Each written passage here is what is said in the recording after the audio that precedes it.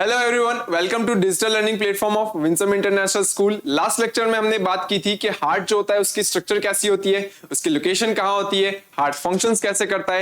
लेकिन इस लेक्चर में हम बात करेंगे डबल सर्कुलेटरी सिस्टम क्या होता है। ठीक है ना, हमारे हार्ट में जो एक तरफ प्योर और इम्प्योर ब्लड आता है वो कहाँ से आता है, किस तरफ जाता है, ये सारी चीजें जो है उनको समझने की कोशिश करेंगे इस लेक्चर के अंदर। ठीक है, देखिए बात करते हैं हम डबल सर्कुलेटरी सिस्टम के बारे में। देखो, डबल सर्कुलेटरी सिस्टम जो है वो क्या कहता है। डबल सर्कुलेटरी सिस्टम का ये मतलब होता है कि हमारे हार्ट के अंदर एक तरफ प्योर ब्लड आता है और ठीक उसी टाइम दूसरी तरफ इम्प्योर ब्लड आता है। तो एक ही सेम टाइम के ऊपर हमारी बॉडी के अंदर, हार्ट के अंदर दो तरह के ब्लड जो होते हैं वो पंप किए जाते हैं, एक तरफ प्योर और एक तरफ इम्प्योर, मतलब एक तरफ ऑक्सीजनेटेड और एक तरफ डीऑक्सीजनेटेड। इसके साथ में ही हमारी बॉडी जो होती है उसके साथ में ये सारे ब्लड वेसल्स के थ्रू कनेक्टेड रहता है। ठीक है, और यहां से लंग्स जो होते हैं वो भी कनेक्टेड रहते हैं। कैसे होता है, देखो माना कि लंग्स जो है उनके पास में क्या हुआ, देखो यहां पर गैसेस एक्सचेंज होता है। यहां पर मान लिया हमने क्या किया, CO2 बाहर भेजी और ऑक्सीजन जो है वो हमने इनटेक किया। ठीक है, by the process of respiration. यहां से क्या होता है, जो प्योर ब्लड होता है ये प्योर ब्लड पल्मोनरी वेन जो होती है वो कैरी करती है और वो लेकर के आती है हार्ट के लेफ्ट साइड में, लेफ्ट एट्रियम में लेकर के आती है। ये लेफ्ट एट्रियम, ठीक है, ये ऊपर वाला है लेफ्ट एट्रियम, नीचे वाला लेफ्ट वेंट्रिकल है, ये ऊपर वाला है लेफ्ट एट्रियम। ठीक है, यहां लेकर के आती है, ये नीचे वाला होता है लेफ्ट वेंट्रिकल। यहां से जब ब्लड बाहर निकलेगा तो यहां से ऑर्टा जो होती है वो उस प्योर ब्लड को कैरी करती है और प्योर ब्लड को कैरी करके कहां लेकर के जाती है, बॉडी के अलग अलग टिश्यूज तक, that are called blood tissue. यहां क्या किया जाता है, यहां फिर से गैसेस एक्सचेंज की जाती है। यहां पर CO2 जो होती है वो बाहर निकाली जाती है और ऑक्सीजन इनटेक की जाती है। यहां पर CO2 जो होती है वो ब्लड के अंदर मिक्स कर दी जाती है और ऑक्सीजन जो होती है वो बॉडी की सेल्स जो होती हैं वो क्या करती है, कैरी कर लेती है या फिर यूज कर लेती है। ठीक है ना, मैं यूं कहूंगा कि जो ऑक्सीजन होती है वो टिश्यूज तक पहुंचा दी जाती है और टिश्यू के अंदर जो सेल्स होती हैं वो उस ऑक्सीजन का यूज कर लेती है। किसके लिए यूज करती है, आपको पता है, फूड के ऑक्सीडेशन के लिए यूज करती है ताकि एनर्जी प्रोड्यूस की जा सके। ठीक है, अब जहां पर ये CO2 जो है वो ब्लड में आ जाती है तो ब्लड जो होता है वो इम्प्योर हो जाता है, या मैं कह सकता हूं कि डीऑक्सीजनेटेड हो जाता है ना। तो ये जो डीऑक्सीजनेटेड ब्लड है उसको कैरी किया जाता है एक ट्यूब के थ्रू। उस ट्यूब को हम बोलते हैं, यहां पर कहां गई, उस ट्यूब का नाम नहीं दे रखा ना, ठीक है मैं लिख देता हूं, हाँ ये रहा, सॉरी, हाँ वेना कावा, ये ट्यूब होती है वेना कावा। देखो यहां पर क्या होता है, बहुत सारी छोटी छोटी ब्लड वेसल्स जो होती है उनका जाल होता है। जब ये सारी ब्लड वेसल्स आपस में मिलती है तब एक मेजर ब्लड वेसल बनती है, that is called vena cava. ये क्या करती है, हार्ट के राइट एट्रियम के अंदर डीऑक्सीजनेटेड ब्लड को लेकर के आती है। उसके बाद ये राइट एट्रियम से राइट वेंट्रिकल तक जाता है। राइट वेंट्रिकल से ये इम्प्योर ब्लड बाहर निकलता हुआ कहां भेजा जाता है, ये भेजा जाता है आगे लंग्स की तरफ, ताकि लंग्स के अंदर क्या किया जा सके, वापस से CO2 बाहर निकाली जा सके और ऑक्सीजन अंदर ली जा सके। तो ये वाला पोर्शन जो होता है जो इम्प्योर ब्लड को कैरी करता है या डीऑक्सीजनेटेड ब्लड को कैरी करता है और लंग्स तक लेकर के जाता है, वो होती है पल्मोनरी आर्टरी। कल मैंने पल्मोनरी वर्ड का मतलब बताया था ना, जो लंग से कनेक्टेड होती है। देखो ये वेन लंग से कनेक्टेड है तो ये पल्मोनरी वेन हो गई, और ये आर्टरी लंग से कनेक्टेड है तो that is called pulmonary artery. यहां पर फिर से क्या होगा, CO2 जो होता है वो बाहर भेज दिया जाएगा और ऑक्सीजन अंदर ले लिया जाएगा। तो ये सिस्टम जो होता है ये हमारी बॉडी के अंदर चलता रहता है, that is called double circulatory system. ये डबल सर्कुलेटरी सिस्टम है।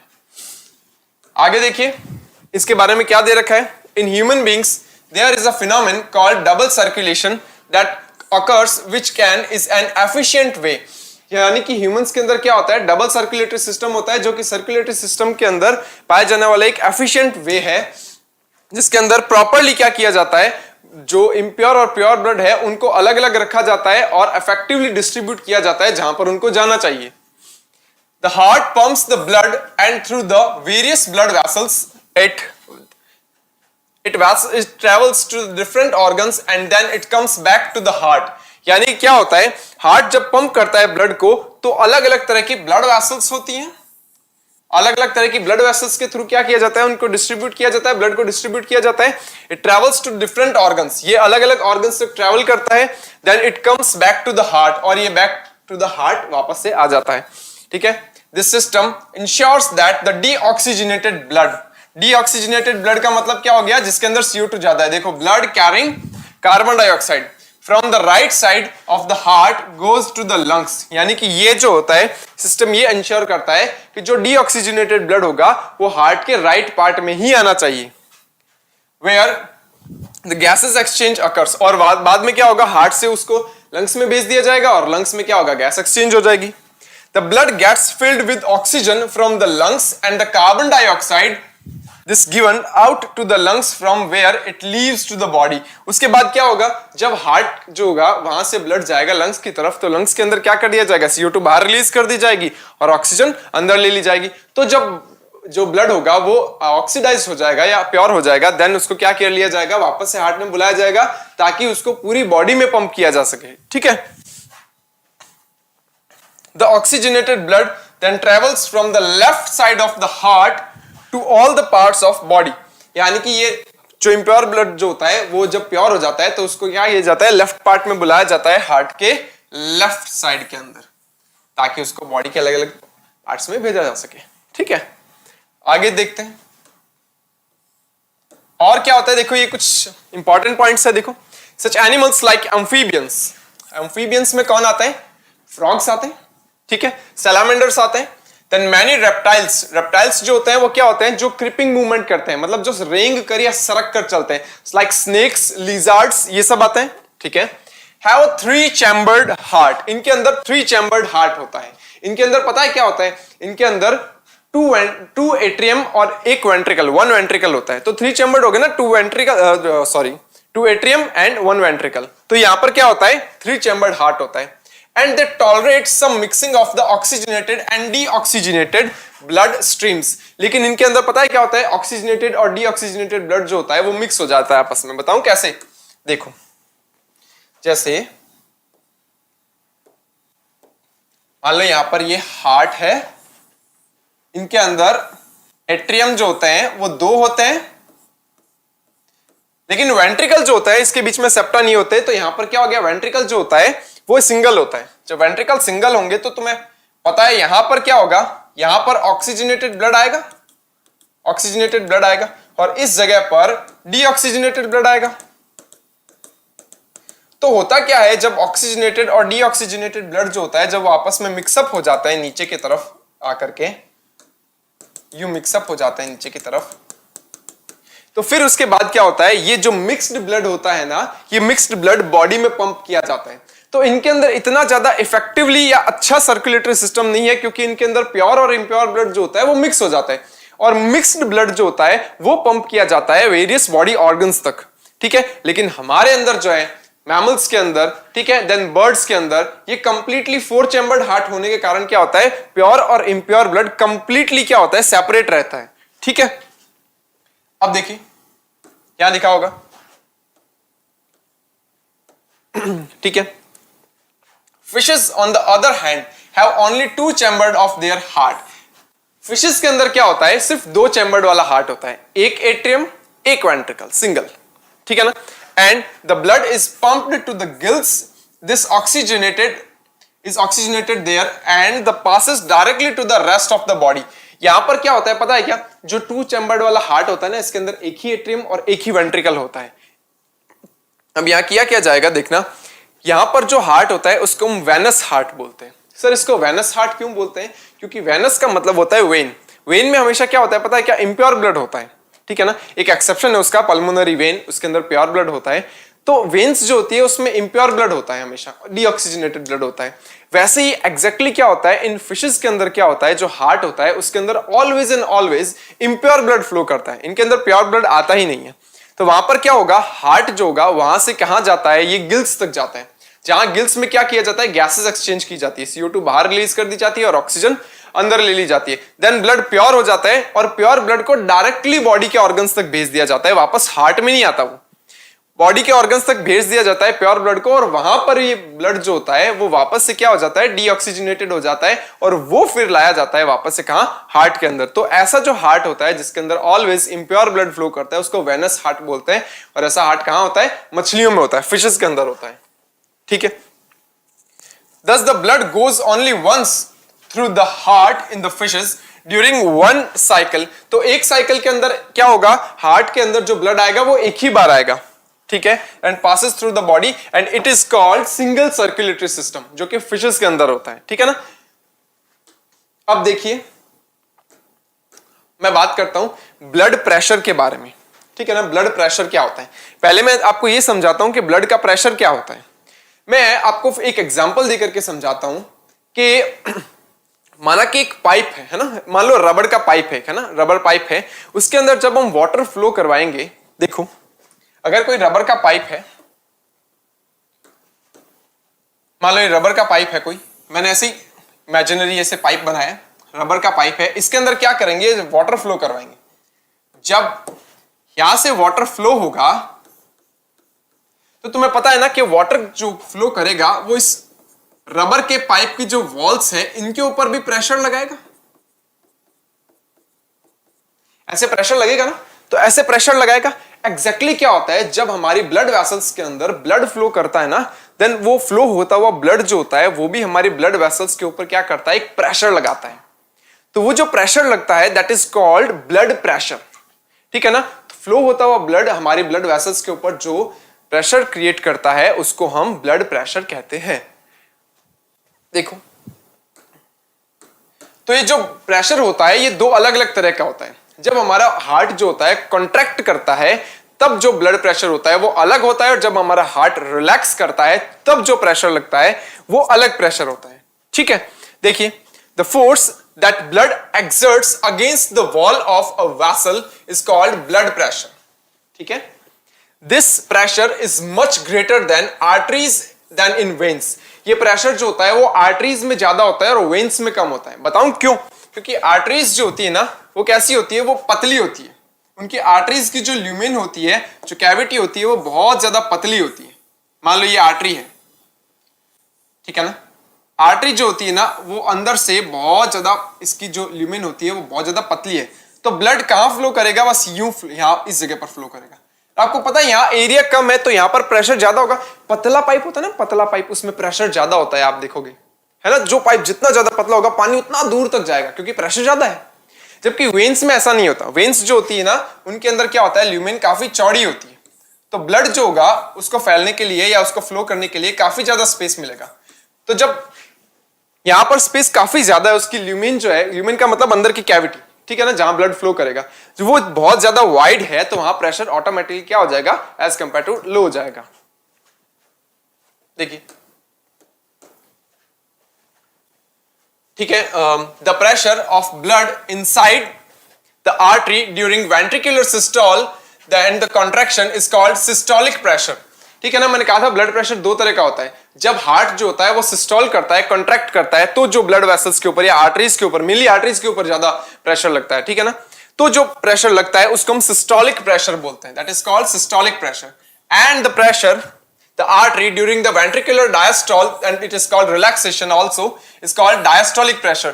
जब ventricles जो होते हैं, क्योंकि ज्यादातर कॉन्ट्रैक्शन का काम क्या करता है, वेंट्रिकल्स ही करते हैं, हार्ट भी करता है, लेकिन हार्ट के अंदर जब एट्रियम जो होंगे जब वो कॉन्ट्रैक्ट करेंगे तो ब्लड कहां जाएगा, वेंट्रिकल्स में जाएगा। लेकिन जो वेंट्रिकल्स कॉन्ट्रैक्ट करेंगे ना तब जो ब्लड होगा वो पूरी बॉडी में जाएगा। तो मेनली ये जो ब्लड प्रेशर होता है ना वो वेंट्रिकल्स के कारण होता है। तो जो वेंट्रिकल्स होते हैं जब वो डायस्टोल करते हैं, डायस्टोल का मतलब जब वो रिलैक्सेशन करते हैं, जब वो फैल रहे होते हैं, तब जो आर्टरीज के ऊपर जो प्रेशर पड़ता है that is called diastolic pressure. The normal systolic pressure is about 120 mm of Hg। mm of Hg जो होता है वो प्रेशर को मापने की यूनिट होती है। प्रेशर को मापने की यूनिट का मतलब ये है कि जैसे आप किसी भी चीज को मेजर करते हैं, जैसे मान लो लेंथ है कोई, है ना, लेंथ को आप मेजर करते हो मीटर में, सेंटीमीटर में मेजर करते हो ना, एग्जैक्टली प्रेशर जो होता है ना वो मेजर किया जाता है mm of Hg में। ये यूनिट है प्रेशर मापने की, ठीक है। And diastolic pressure is 80 mm of Hg। तो सिस्टोलिक प्रेशर जो होता है वो 120 mm of Hg होता है और डायस्टोलिक प्रेशर जो होता है वो 80 mm of Hg होता है, ठीक है। और इसको ना मापने के लिए एक छोटा सा एक मशीन आती है, देखी जाए तो इसको हम क्या बोलते हैं, स्फाइग्मोमैनोमीटर। स्फाइग्मोमैनोमीटर, ये देखो ये मशीन होगी, आप में से कई जनों ने देखी हुई भी होगी, ठीक है। यहां पर क्या किया जाता है, यहां पर एक स्ट्रिप होती है जिसको क्या किया जाता है, हमारी आर्म के अंदर बांध दिया जाता है और उसके अंदर एक मीटर होता है जिसके अंदर मरकरी भरी हुई होती है, ठीक है। यहां से एयर को पंप किया जाता है और ये मेजर किया जाता है कि जो ब्लड वेसल्स हैं उनके ऊपर कितना प्रेशर क्रिएट हो रहा है, वो इस मीटर के अंदर यहां पर आ जाता है। देखो, the blood pressure is measured with an instrument called स्फाइग्मोमैनोमीटर। The high blood pressure is also called hypertension. अगर ब्लड प्रेशर जो है वो बहुत ज्यादा है, ठीक है ना, जनरली क्या होता है 120 होता है, 120 और 80 होता है, ये सिस्टोलिक प्रेशर होता है, डायस्टोलिक प्रेशर होता है। अगर ये प्रेशर जो है वो ज्यादा हो जाए, यानी मान लो 140 हो जाए और ये 90 प्लस हो जाए, 90 से भी ज्यादा हो जाए, तो इसको हम हाई ब्लड प्रेशर बोलते हैं और इसी को हम क्या बोल देते हैं, हाइपरटेंशन भी कह देते हैं। And it causes by the construction of the atrials and which results in the increased resistance to the blood flow। इसका मतलब क्या हो रहा है, ब्लड प्रेशर ज्यादा है, प्रेशर बहुत ज्यादा है, तो क्या होगा, धीरे धीरे क्या होगा, आर्टरीज कॉन्ट्रैक्ट करने लगेगी, ठीक है ना, क्योंकि इतना ज्यादा फैल नहीं सकती आर्टरीज जो होती है, ठीक है ना, वो कुछ ज्यादा ही फैल नहीं सकती क्योंकि बहुत ज्यादा प्रेशर क्रिएट होगा अगर, तो क्या होता है धीरे धीरे क्या होगा, उनके अंदर कुछ ना कुछ कॉन्ट्रैक्शन होने लगेगा जिसके कारण ब्लड जो होगा उसके फ्लो में दिक्कत आने लगेगी। It can lead to the rupture the artery and the internal bleeding। और अगर ऐसा हो गया कि एक लिमिट से ज्यादा प्रेशर बढ़ गया तो जो आर्टरीज होती है वो अंदर ही बस्ट हो सकती है, रैप्चर हो सकती है और इंटरनल ब्लीडिंग हो सकती है। And it can be harmful for और हार्ट, ब्रेन, किडनीज एक्सेट्रा, क्योंकि इन जगहों पर क्या होती है, बहुत पतली पतली ब्लड वेसल्स होती हैं। अगर इन ब्लड वेसल्स के अंदर क्या होगा, अगर प्रेशर ज्यादा हो जाएगा तो क्या होगा, ये रैप्चर हो जाएंगे, ये फट जाएंगी। और अगर इनके अंदर कोई भी ब्लड वेसल्स जो होती है, बहुत पतली पतली ब्लड वेसल्स होती है जिनको कैपिलरीज भी बोलते हैं, अगर वो फट गई तो यहां पर इंटरनल ब्लीडिंग हो जाएगी। इंटरनल ब्लीडिंग हो जाएगी तो इन ऑर्गन्स को नुकसान पहुंचेगा, ठीक है ना, और ये काम करना भी बंद कर सकते हैं। देखिए यहां पर ये मेजरमेंट दिखा रखा है, यहां ब्लड फ्लो हो रहा है हमारे हाथ में, यहां पर क्या किया, स्ट्रिप के ऊपर ये स्फाइग्मोमैनोमीटर लगाया, उसके बाद हमने देखा यहां पर मेजर करके कि कितना आ रहा है, ठीक है, और यहां पर स्टेथोस्कोप भी काम में लिया जाता है, ठीक है ना, स्टेथोस्कोप भी काम में लिया जाता है। तो देखो अपर इसमें क्या कितना दिखा रखा है, 120 जो कि सिस्टोलिक प्रेशर है, एंड दूसरा वाला जो है वो डायस्टोलिक प्रेशर दिखा रखा है यहां पर 80 mm ऑफ Hg, ठीक है। तो ये होता है ब्लड प्रेशर। देखिए सुन, एक डायग्राम दिखा रखा है, होता क्या है, देखो आपको सबको पता है कि आर्टरीज जो होती है वो क्या काम करती है। आर्टरीज जो होती है वो प्योर ब्लड को फ्लो करवाती है बॉडी के अलग अलग ऑर्गन्स तक, सही है, एक तो आर्टरी वो होती है, ठीक है, और वेन्स जो होती है वो इम्प्योर ब्लड को फ्लो करवाती है। मेजरली क्या करती है, आर्टरीज प्योर ब्लड को फ्लो करवाती है और वेन्स जो होती है वो इम्प्योर ब्लड जो होता है या डीऑक्सीजनेटेड ब्लड जो होता है उसको फ्लो करवाती है। अगर मैं बात करूं आर्टरी की, इसके अंदर क्या हो रहा है, ब्लड फ्लो हो रहा है, ठीक है, ये प्योर ब्लड है, यहां से क्या होगा, ये प्योर ब्लड जो होगा वो टिश्यूज तक जाएगा, ब्लड फ्लो फ्रॉम हार्ट, ये आर्टरी जो है वो हार्ट से आ रही है, कहां जाएगी, बॉडी टिश्यूज तक जाएगी। देखो बॉडी टिश्यूज तक जाने के बाद यहां से ऑक्सीजन बाहर निकलेगी, न्यूट्रिएंट्स भी बाहर निकलेंगे, ठीक है ना, ऑक्सीजन भी बाहर निकलती है और न्यूट्रिएंट्स भी बाहर निकलते हैं, क्योंकि सेल्स को न्यूट्रिएंट्स की भी तो जरूरत होती है, खाली ऑक्सीजन ही थोड़ी चाहिए, न्यूट्रिएंट्स भी तो चाहिए, फूड चाहिए, ठीक है, और आयंस वगैरह ये सब चाहिए, ठीक है। तो यहां पर क्या होता है, ये जो आर्टरी होती है वो आगे चल करके बंट जाती है, अलग अलग छोटी छोटी ब्रांचेस में डिवाइड हो जाती है, और उन छोटी छोटी ब्रांचेस को क्या बोलते हैं, कैपिलरीज कहते हैं, ठीक है। कैपिलरीज कहां तक जाती है, टिश्यूज तक जाती है। यहां मान लो यहां इस जगह पर बहुत सारे टिश्यू हैं, अलग अलग टिश्यू हैं, जाती है। अब यहां पर क्या होगा, टिश्यू के अंदर क्या किया जाएगा, ऑक्सीजन तो ले ली जाएगी, अब जो सेल्स ने कार्बन डाइऑक्साइड बनाई होगी वो कार्बन डाइऑक्साइड इसके अंदर डाल दी जाएगी। अब यहां पर धीरे धीरे क्या होगा, देखो ब्लड जो है वो धीरे धीरे कैसा हो रहा है, डीऑक्सीजनेटेड ब्लड हो रहा है, ठीक है। उसके बाद ये जो छोटी छोटी ट्यूब्स दिखाई दे रही हैं आपको, जिनके अंदर इम्प्योर ब्लड फ्लो कर रहा है, दैट आर कॉल्ड वेन्यूल्स, उनको वेन्यूल्स बोलते हैं, ठीक है। ये आगे चल करके ये वेन्यूल्स जो होती हैं वो आगे चल करके क्या करेगी, एक मेजर वेन बनाएगी, और एक मेजर वेन जो होती है वो यहां पर आगे चल करके हार्ट की तरफ चली जाएगी, ठीक है, और वो इम्प्योर ब्लड लेकर के जाएगी, ठीक है। ये वेन्यूल्स होती है, ये वेन जो होती है वो हार्ट की तरफ इम्प्योर ब्लड लेकर के जाती है ताकि उस इम्प्योर ब्लड को लंग्स की तरफ भेजा जाए और वो प्योर हो जाए। तो क्या होता है, देखो आर्टरीज जो होती है वो थोड़ा डिवाइड करती है, उसको हम आर्ट्रियोल्स कहते हैं, ठीक है, उसकी ब्रांच को आर्ट्रियोल बोलते हैं। आर्ट्रियोल और डिवाइड करती है, बहुत ज्यादा पतली पतली वेसल्स बनाती है, दैट आर कॉल्ड कैपिलरीज, ठीक है। कैपिलरीज के बेस पर अगर मैं बात करूं, इन जगहों पर क्या होता है, ऑक्सीजन टिश्यूज को दी जाती है, ठीक है, और कार्बन डाइऑक्साइड जो होती है वो ली जाती है। जब कार्बन डाइऑक्साइड ले ली जाएगी तो ये कैपिलरीज जुड़ेंगी। अब जुड़ने के बाद यहां पर जो ब्रांच बनेगी दैट इज कॉल्ड वेन्यूल्स। ये वेन्यूल्स जो होती है वो आगे चल करके क्या करेगी, आगे खुल जाएगी एक मेजर वेन के अंदर। ये जो मेजर वेन होगी वो क्या काम करेगी, ये मेजर वेन जो है वो हार्ट की तरफ इम्प्योर ब्लड को लेकर के जाएगी। ठीक है, तो ऐसा जो सिस्टम होता है हमारी बॉडी के अंदर चलता है। ठीक है, आर्टरी प्योर ब्लड को लेकर के आती है, टिश्यू लेवल पर क्या किया जाता है, गैसेस एक्सचेंज होती है, और गैसेस एक्सचेंज होने के बाद इम्प्योर ब्लड जो होता है वो वापस से हार्ट की तरफ भेज दिया जाता है ताकि उसको लंग्स की तरफ भेजा जाए और प्योर हो जाए वो। देखो यहां दे रखा है कुछ वेस्ट मटेरियल्स यहां डाल दिए जाते हैं, कुछ और कार्बन डाइऑक्साइड जो होती है वो इस इम्प्योर ब्लड के अंदर डाल दी जाती है। ठीक है, अब देखिए कुछ अंतर, कुछ डिफरेंसेस हैं between arteries and veins. Arteries और वेन्स के अंदर कुछ डिफरेंसेस देखते हैं। देखो आर्टरीज क्या होती है और वेन्स क्या होती है। आर्टरीज जो होती है वो डिस्टर्बिंग वेसल्स हैं, डिस्टर्बिंग का मतलब डिस्ट्रीब्यूटिंग, डिस्ट्रीब्यूटिंग वेसल्स हैं। आर्टरीज जो है वो डिस्ट्रीब्यूटिंग वेसल्स हैं। डिस्ट्रीब्यूटिंग वेसल्स का मतलब होता है कि वो ब्लड को डिस्ट्रीब्यूट करती है अलग अलग टिश्यूज तक। ठीक है, देन वेन्स जो होती है वो क्या है, कलेक्टिंग वेसल्स है। देखो पीछे वाले डायग्राम में अभी देखा था, ये देखो यहां से ब्लड जो होता है वो ट्रांसपोर्ट हो रहा है आगे टिश्यूज की तरफ, और यहां से ब्लड को कलेक्ट किया जा रहा है, तो ये कलेक्टिंग वेसल्स हैं। ठीक है, ये इनका कलर कैसा होता है, पिंक इन कलर, और वेन्स जो होती हैं वो रेडिश होती है कलर के अंदर। ठीक है, आगे देखते हैं, ये डीप लोकेशन में होती है, यानी कि ये हमारी बॉडी की सरफेस पे नहीं होती, ये बॉडी की सरफेस से डीप में होती है। ठीक है ना, जो हमारी बॉडी के अंदर दिखती है ना, जो ग्रीनिश ग्रीनिश कलर की जो होती है, ये वेसल्स जो होती है वो वेन्स होती है, आर्टरीज नहीं होती। आर्टरीज जो होती है वो डीप में होती है, और वेन्स जो होती है देन सुपरफिशियल इन लोकेशन, ये थोड़ा सा सरफेस के ऊपर होती है बॉडी के। Then the blood flow with high pressure, इनके अंदर जो आर्टरीज के अंदर जो ब्लड फ्लो होता है वो हाई प्रेशर से फ्लो होता है। Then the blood flow with low pressure, यहां पर जो ब्लड फ्लो होता है वो लो प्रेशर से होता है। अगर मैं बताऊं ना आर्टरीज और वेन्स को बना के देखो, थोड़ा सा आइडिया देता हूं, ये पाइप्स ऐसे दिखाई देते हैं। अगर मैं आर्टरीज और वेन्स को थोड़ा दिखाऊं, ये कुछ ऐसी होती है।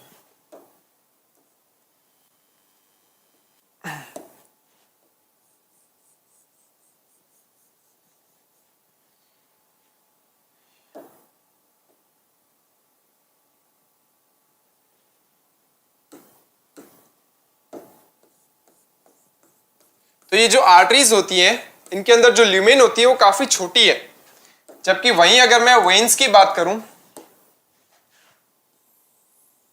वेन्स के अंदर जो ल्यूमेन होती है वो काफी ज्यादा चौड़ी होती है और काफी बड़ी होती है। इस कारण से क्या होता है, यहाँ पर ब्लड जो होता है उसका प्रेशर जो है वो इतना नहीं रहता। यहाँ पर देखो प्रेशर ज्यादा होगा, वहां पर प्रेशर कम है। ये आर्टरी है और ये वेन है। ठीक है सर, ये येलो येलो क्या बनाए हैं, ये कुछ फाइबर्स होते हैं that are called elastin fibres. ये क्या करते हैं, इलास्टिन फाइबर्स जो होते हैं वो थोड़ी सी इलास्टिसिटी देते हैं इनको। इलास्टिसिटी कैसे देते हैं, अगर बाई चांस हल्का फुल्का थोड़ा सा प्रेशर अगर इनके अंदर ज्यादा हो भी गया तो थोड़ी इलास्टिसिटी देंगे, ये थोड़ा फैल जाएंगी और वापस अपने प्रॉपर साइज में आ जाएंगी। ठीक है, तो ये फाइबर्स जो होते हैं वो क्या देते हैं, इलास्टिसिटी देते हैं। उसके बाद देखो क्या है, the wall of artery strong and thick and elastic. देखो वॉल ऑफ आर्टरी जो होती है वो थिक है, स्ट्रॉन्ग है और इलास्टिक है। एंड द वेन्स जो होती है, the wall of when is weak, thin and non elastic. Non elastic की जगह यहाँ पर लेस इलास्टिक बोले तो ज्यादा बेटर रहेगा, क्योंकि यहाँ पर इलास्टिन फाइबर्स होते तो हैं बट बहुत कम होते हैं। तो वेन्स जो होती है वो वीक होती है, थिन होती है और नॉन इलास्टिक या लेस इलास्टिक कह सकता हूं मैं होती है। ठीक है, all arteries carry oxygenated blood except pulmonary artery. Pulmonary artery जो होती है वो एक्सेप्शन है, सारी की सारी आर्टरीज के अंदर ऑक्सीजनेटेड ब्लड फ्लो करता है, बट एक एक्सेप्शन होता है। वो एक एक्सेप्शन क्या है, पल्मोनरी आर्टरी का, इसके अंदर इम्प्योर ब्लड फ्लो करता है। Then the all veins carry deoxygenated blood except pulmonary vein. Pulmonary vein जो होती है वो क्या करती है, सारी वो प्योर ब्लड जो है वो उसको कैरी करती है, लेकिन सारी की सारी वेन्स जो होती है वो इम्प्योर ब्लड कैरी करती हैं। ठीक है, internal walls are absent. Arteries जो होती है इनके अंदर वॉल्स एब्सेंट होते हैं और यहां पर इंटरनल वॉल्स आर प्रेजेंट। और जो वेन्स होती है इनके अंदर वॉल्स प्रेजेंट होते हैं, जगह जगह पर वॉल्स होते हैं। मान लो ये कैसे पाइप है, ये यूं पाइप जा रहा है, ठीक है ना, इसके अंदर क्या होगा, बीच बीच में क्या होंगे, वॉल्स होंगे। ये वॉल्स खुलेंगे, ब्लड आगे जाएगा, फिर वॉल्स खुलेंगे, फिर ब्लड आगे जाएगा और वॉल्स बंद हो जाएंगे। ठीक है ना, तो इनमें वॉल्स प्रेजेंट होते हैं और इनमें वॉल्स एब्सेंट होते हैं। अगर मैं वॉल्स बनाना चाहूं तो मैं यूं बना देता हूं वॉल्स। ठीक है, ये वॉल्स हैं, ये खुलेंगे ऐसे वॉल्स और ब्लड आगे जाएगा। इनके अंदर कोई वॉल्स नहीं होते। तो ये कुछ डिफरेंसेस होते हैं आर्टरीज और वेन्स के बीच में।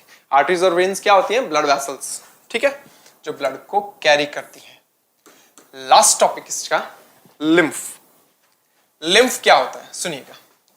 जब क्या होता है ब्लड जो होता है हमारी पतली पतली ब्लड कैपिलरीज से होकर के निकलता है ना, तब क्या होता है ब्लड का जो कुछ कंपोनेंट होता है, ब्लड का कुछ पार्ट होता है, वो ब्लड वेसल से बाहर निकल आता है। ठीक है ना। उदाहरण के लिए अगर मैं बात करूं, देखो मान लो कैपिलरीज ऐसी होती है, मान लो एक कैपिलरी है बहुत पतली है, और इस कैपिलरी की जो वॉल होती है ना वो भी बहुत पतली होती है।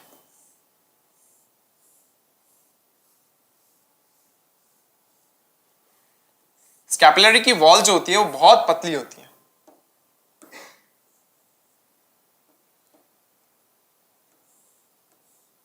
तो जब यहां से क्या होता है ब्लड फ्लो करता है ना, यहां से ब्लड का कंपोनेंट मान लो फ्लो कर रहे हैं, ब्लड फ्लो कर रहा है, तो ब्लड का कुछ कंपोनेंट, सारा ब्लड नहीं, कुछ कंपोनेंट, आपने पढ़ा था ब्लड के दो कंपोनेंट्स होते हैं, एक होता है प्लाज्मा, है ना, एक होता है प्लाज्मा, एक होता है ब्लड वेसल्स। ठीक है ना। तो मोस्टली क्या होता है जो प्लाज्मा वाला पार्ट होता है ना, वो क्या करता है यहां से बाहर निकल आता है। ठीक है। प्लाज्मा वाला पार्ट जो होता है वो थोड़ा सा यहां से बाहर निकल आता है।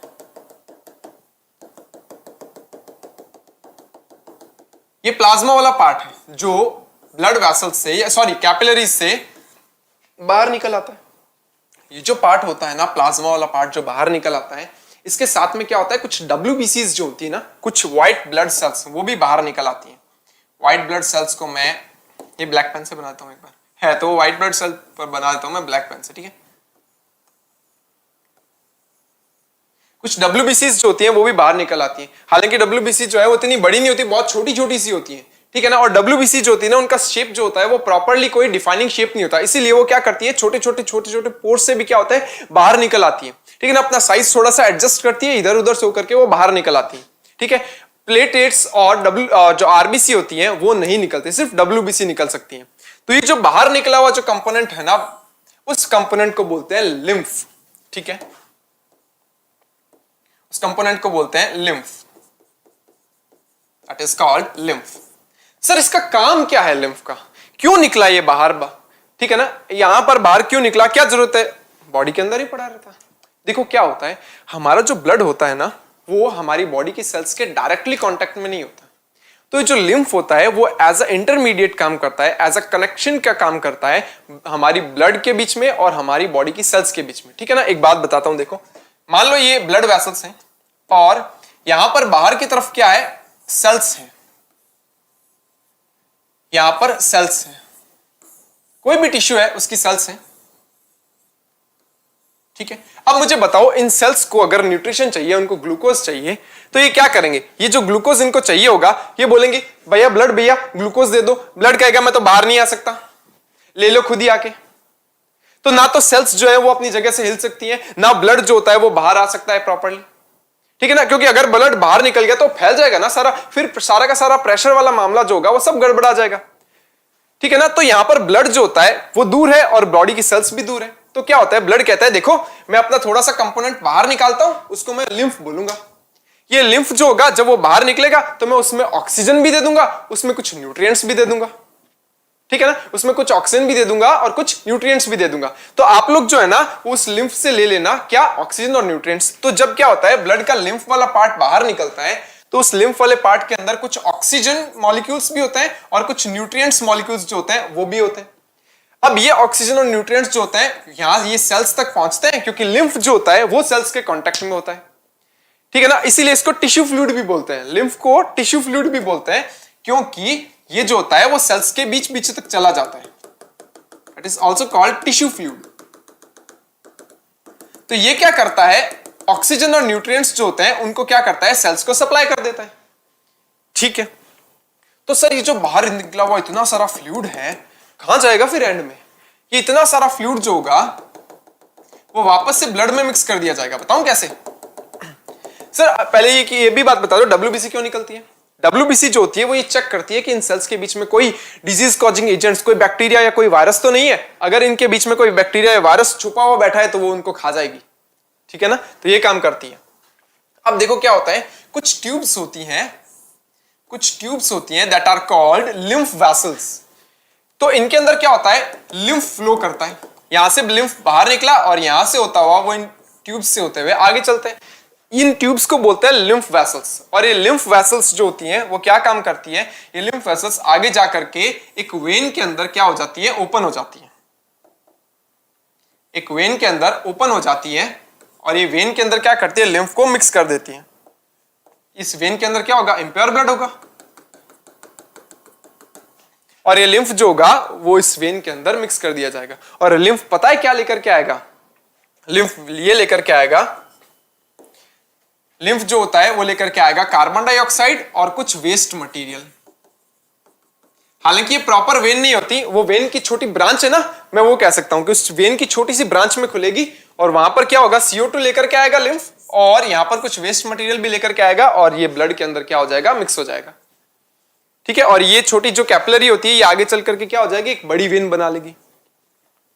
ठीक है ना, और ये वेन जो होगा वो आगे चल करके ब्लड को क्या कर देगी, सॉरी हार्ट को क्या कर देगी, ब्लड की सप्लाई कर देगी और फिर हार्ट से होते हुए उसको भेज दिया जाएगा लंग्स की तरफ ताकि वहां पर जो कार्बन डाइऑक्साइड है वो बाहर निकाली जा सके। और कुछ वेस्ट मटेरियल जो होते हैं वो भेज दिए जाते हैं किडनी की तरफ ताकि उन वेस्ट मटेरियल को भी बॉडी से बाहर निकाला जा सके। वो नेक्स्ट जो टॉपिक होगा एक्सक्रीशन, उसके अंदर पढ़ेंगे अपने। तो ये था लिम्फ। देखो लिम्फ क्या होता है, ब्लड का कुछ कंपोनेंट होता है जो कि जब ब्लड की छोटी छोटी कैपिलरीज होती हैं, वो कैपिलरीज जो होती है वो क्या काम करती है, वो जब इनके बीच में से ब्लड फ्लो कर रहा होता है तब इसका कुछ पार्ट जो होता है वो बाहर निकल जाता है। ठीक है, उसको लिम्फ बोलते हैं। इस लिम्फ के अंदर क्या होता है, ब्लड का लिक्विड पार्ट, प्लाज्मा और प्लस लिम्फ जो होता है वो होता है। हालांकि प्लाज्मा के अंदर कुछ प्रोटीन्स भी होते हैं, वो बड़े साइज के होने के कारण यहां से बाहर नहीं निकाल पाते, तो कुछ लिक्विड पार्ट प्लस WBC जो होता है उसको लिम्फ कहते हैं। लिम्फ करता क्या है, ब्लड से ऑक्सीजन और वेस्ट नहीं, न्यूट्रिएंट्स जो होते हैं वो कैरी करता है और वो न्यूट्रिएंट्स कैरी करने के बाद उनको क्या करता है, जो सारी की सारी टिश्यू जो होते हैं उनको सप्लाई करवाता है। प्लस वो क्या करेगा, टिश्यू से वेस्ट मटेरियल और कार्बन डाइऑक्साइड लेगा, लिम्फ वेसल्स जो होंगी उन लिम्फ वेसल्स के थ्रू क्या करेगा, वो आगे जाकर के किसी भी कैपिलरी में खुलेगा और वो अपना जितना भी CO2 या वेस्ट मटेरियल होगा वो ब्लड के अंदर मिक्स कर दिया जाएगा। अब ये ब्लड जो होगा वो कैसा हो जाएगा, इम्प्योर हो जाएगा और उस इम्प्योर ब्लड को हार्ट की तरफ भेज दिया जाएगा। तो ये चीजें होती हैं। अब देखो मैं पीछे वाले डायग्राम पे आता हूं। देखो यहां पर क्या है, ये ध्यान से सुनना। यहां पर ये एक आर्ट्रियोल है, ठीक है ना, आर्ट्रियोल का मतलब आर्टरी की एक ब्रांच है। ठीक है, ये एक ब्रांच आगे भी जा रही है और यहां से एक ब्रांच यहां भी निकल रही है। यहां बाहर की तरफ क्या है, कुछ सेल्स है, मान लो ये छोटे छोटे पार्ट्स में क्या हो रही है, डिवाइड हो रही है, छोटे छोटे पार्ट्स में डिवाइड हो रही है। तो इनको क्या बोल दिया, कैपिलरी बोल दिया। ये कैपिलरी है, कहां गया कैपिलरी, कैपिलरी लिखा हुआ नहीं है, तो ये कैपिलरीज है, मैं ये लिख देता हूं, यहाँ पे कैपिलरीज है। ठीक है,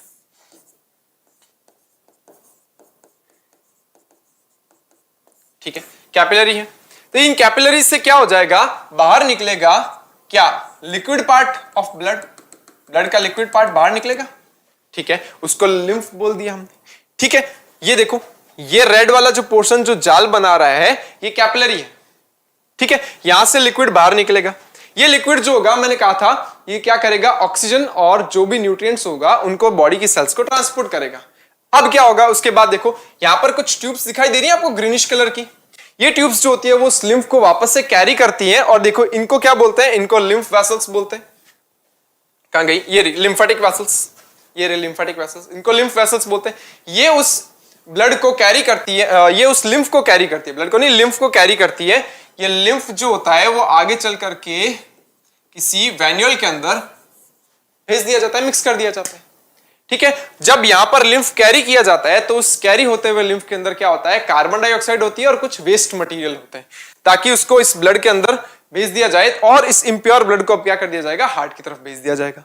तो ये होता है। ठीक है, यहाँ टिश्यू सेल्स होती है, यहाँ सेल्स होती है जिसको टिश्यू स्पेसेस लिखा हुआ है। टिश्यूज होती है, उनके बीच बीच का स्पेस है जहां पर लिम्फ जो होगा वो जाएगा। तो ये सिस्टम होता है लिम्फ का। देखिए क्या होता है, lymph is made up of white blood cells and proteins. देखो प्रोटीन्स जो होते हैं वो इतने ज्यादा कुछ खास नहीं होते हैं, यहाँ पर बहुत कम प्रोटीन्स होते हैं ना।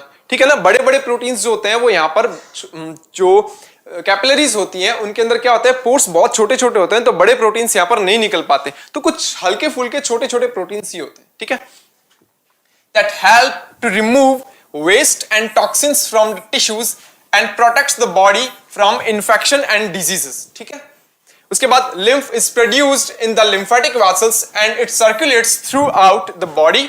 ठीक है, draining excess fluid from the tissues and carrying nutrients and waste products and from the cells. अभी बताया था वो कैरी करती है ऑक्सीजन को, वो कैरी करती है वेस्ट मटेरियल्स को, CO2 को, ऑक्सीजन को, ये सब लिम्फ जो होते हैं वो कैरी करती है.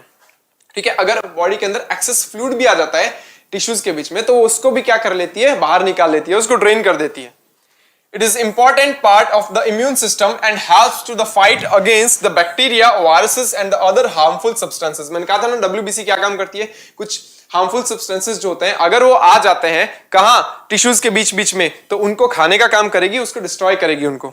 Lymph is produced by the lymphatic system, a network of vessels and the organs that includes the lymph nodes, spleen and the tonsils. यहां पर क्या होता है, जो लिम्फ होती है, जो लिम्फ वेसल्स होती है ना, वो बीच बीच में क्या बनाती है, गुच्छा बनाती है.